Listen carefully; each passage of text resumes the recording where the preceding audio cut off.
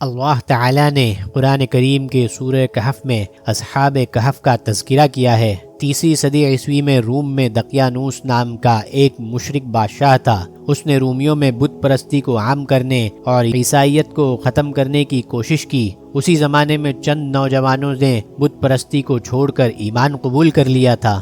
ان کو بادشاہ کی طرف سے اپنے دین اور اپنی جان کا خطرہ لاحق ہوا تو انہوں نے اللہ کے حکم سے ایک غار میں پناہ لی۔ انہی لوگوں کو اصحاب کہف کہا جاتا ہے۔ اللہ تعالیٰ نے ان پر نیند طاری کر دی اور وہ غار میں سوتے رہے۔ ان کے ساتھ ایک کتا بھی تھا جو غار کے منہ پر بیٹھ کر ان لوگوں کی حفاظت کرتا رہتا تھا۔ پھر اللہ تعالیٰ نے 309 سال کے بعد انہیں اپنی قدرت سے جگایا۔ ان میں ایک شخص اپنے زمانے کے پرانے سکے لے کر کھانا خریدنے کے لیے شہر میں آیا تو لوگوں کو ان نوجوانوں کا علم ہوا۔ اب ملک کے حالات بدل چکے تھے اور اس وقت بادشاہ ایمان والا تھا، مگر اس زمانے میں ایک پادری نے قیامت کے روز مردوں کے زندہ ہونے کا انکار کر دیا تھا اور لوگ فتنے میں پڑ رہے تھے۔ اتنے پرانے زمانے کے لوگوں کے واپس آنے پر ہر ایک کو قیامت کے دن دوبارہ زندہ ہونے کا یقین ہو گیا اور پادری کی بات جھوٹی ثابت ہوئی۔